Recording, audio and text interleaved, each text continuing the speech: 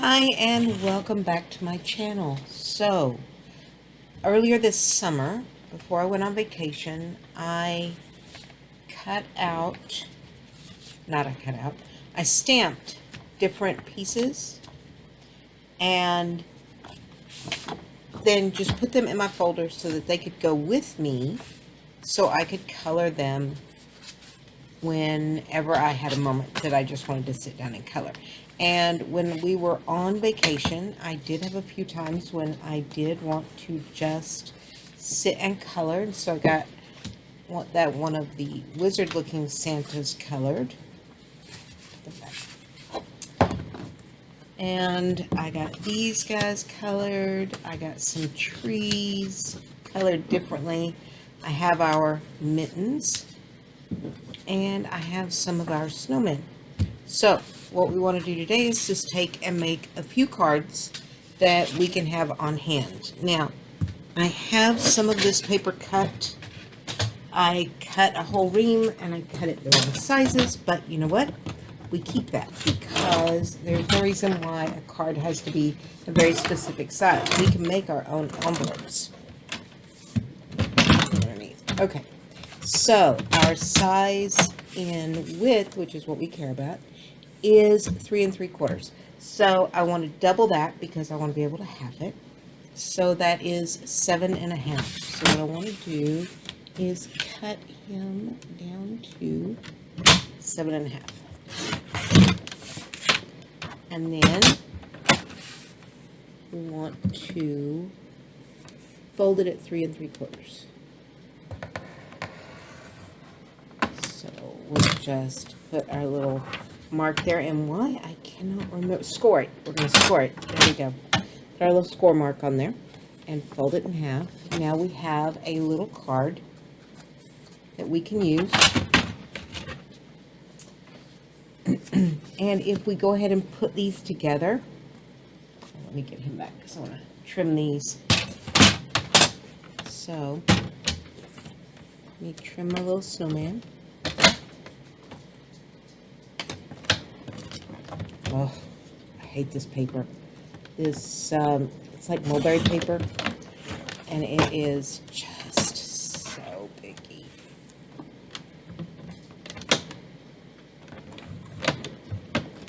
So what you want to do is stick the paper into it, put the blade into the paper, not try to catch it from the ends because it will just wad up on you like I did up here. And I'm hoping I can salvage that.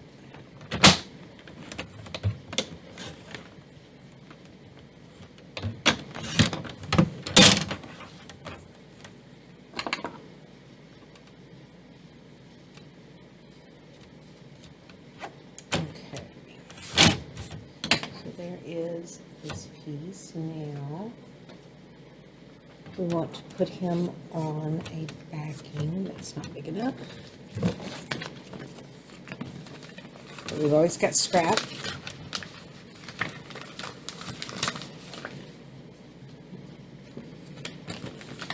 So let's get our scrap out.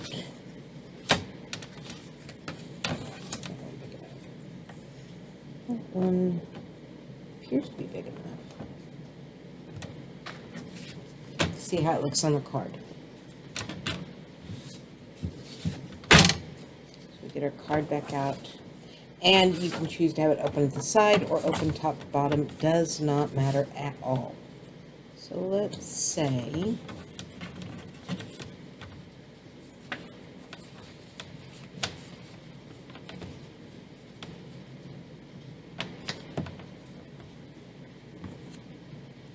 we want to put him together like this, and I'm gonna want to do something because, like I said, I really screwed that edge up.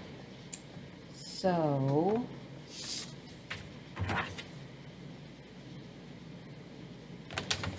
let's trim a piece of this off. Let's do it at 1 inch because I think that will work. Maybe 1 1/4 inches.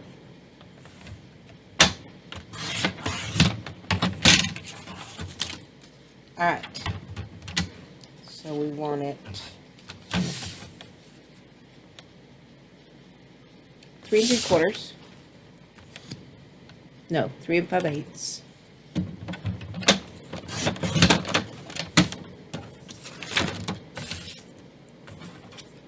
Both of them 3 5/8.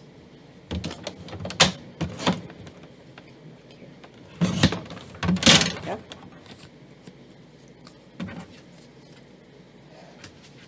And now we want to tape it down. And I'm using tape because I do not have a glue I'm in love with yet. I'm working on it though.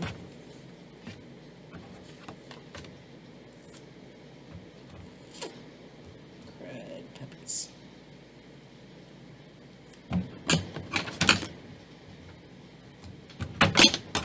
That roll is empty. Let me go grab another roll real quick. I've got one here somewhere.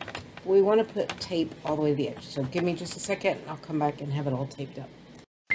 Okay, I have gone back and added tape to the back of all of my paper. Now, on this one, you'll notice that the edges are fuzzy, and that is a quality of this paper. The paper is itself very fibrous, and because it's very fibrous, it fuzzes like that, no matter how you cut it. And you can do a couple things. You can go back and just roll with it and make it more fuzzy. You can do your best to trim it, and then you can just cover the edges, which is, I'm covering that one edge because of my mistake, but you can do it on all the edges and make it like a frame around it. So those are some choices that you have. Does not wish to come off that tape. It's like, no, maybe here.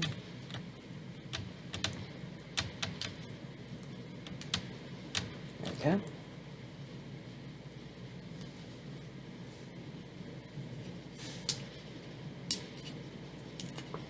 There we go. Tape is often got its own thoughts about the situation. So put this up. I want just a little edge around the top, bottom, and side. And now take our snowman, and all I did was put tape around the 4 edges.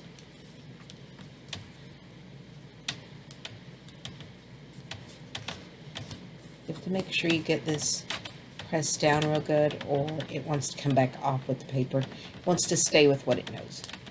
And I don't really blame it all that much, you know. None of us like to change, including your tape, which is kind of odd to think about, but it's what it is.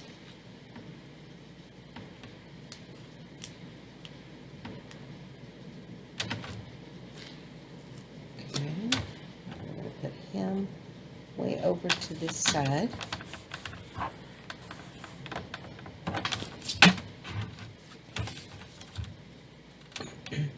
Now you can go with a sentiment on the inside or the outside, does not matter.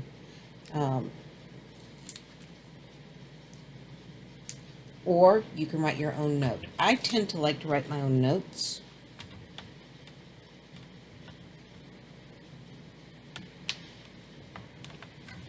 You can also use a sticker that says Merry Christmas or Season's Greetings. And I have a few stickers, but you could do just about anything you wanted to. But there's a real quick and easy card that we did by just doing everything in advance. So let's do another one. Well, we're not going to do another one, but I can show you some other ideas. You can choose to fussy cut around the trees. Now these are done in different styles. This one was done with chalk. This one was done with markers. So if we chose to cut our little tree out and just kind of fussy cut around it, it doesn't have to be perfect. You can choose to make it perfect. You know, you cut it as close to whatever the edge is that you want. I know that even in stamps and things like that, or stickers, we tend to leave a lot of white around the sticker, or even clear if you're using clear stickers. So I don't have a problem with leaving it like that. So I'm going to leave the base on because I don't know how exactly I want to use this particular piece yet. But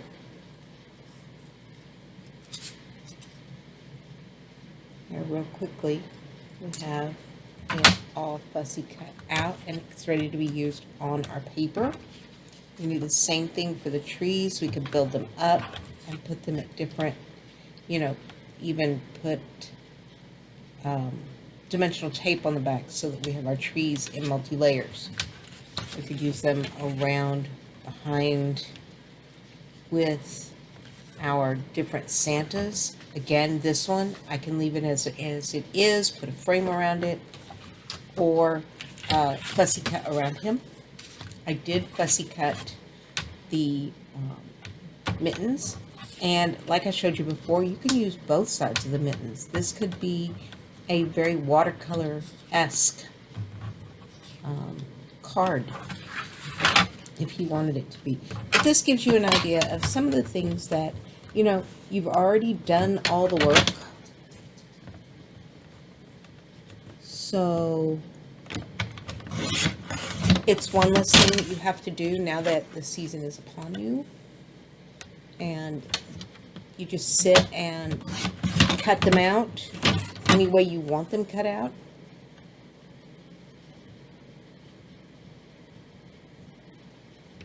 I want to make sure that S is not being cut. There we go. And then the bottom. Again, we have, and let's say this is our card. We have a nice little card that can go together quickly. We can again use the blue paper. We can use really any paper that we have. And it would just be really cute. We've got our sentiment. You could even do it like so. Or put it at the top. You know, that is up to you how you want him to be on there.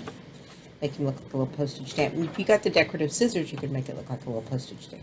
So those are some choices that you have, and we did all of the work in advance. So it's doing it in a way that makes it a lot easier for you to then go back and put together some really cute Christmas cards right at the last minute, and you've got it ready to go.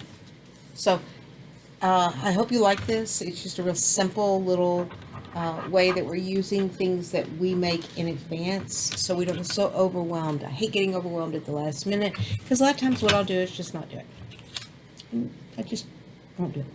And that's not a good choice either. So make your own Christmas. Do your own thing. And if it's something that you love doing, then you should continue to do it. Don't let the anxiety of it get in your way of actually doing your artwork. I'm going to go ahead and cut our paper down. I appreciate you being with me today. This is DIY with Jeannie, and like I said, we were just, let's take the stuff, make it in advance, put it together, and have a handmade Christmas. Give somebody a little bit of you this holiday season. I can even keep that as a frame. So, appreciate your time. Thanks for coming, and I hope that I see you again. If you have any questions, if you want to see how to do the envelopes, leave me a message down below. If you haven't already, if you would hit the like and subscribe button below, it would mean a great deal to me and help my channel grow and help other people see some of the content that we do here. So, thanks for coming, and I appreciate you as always.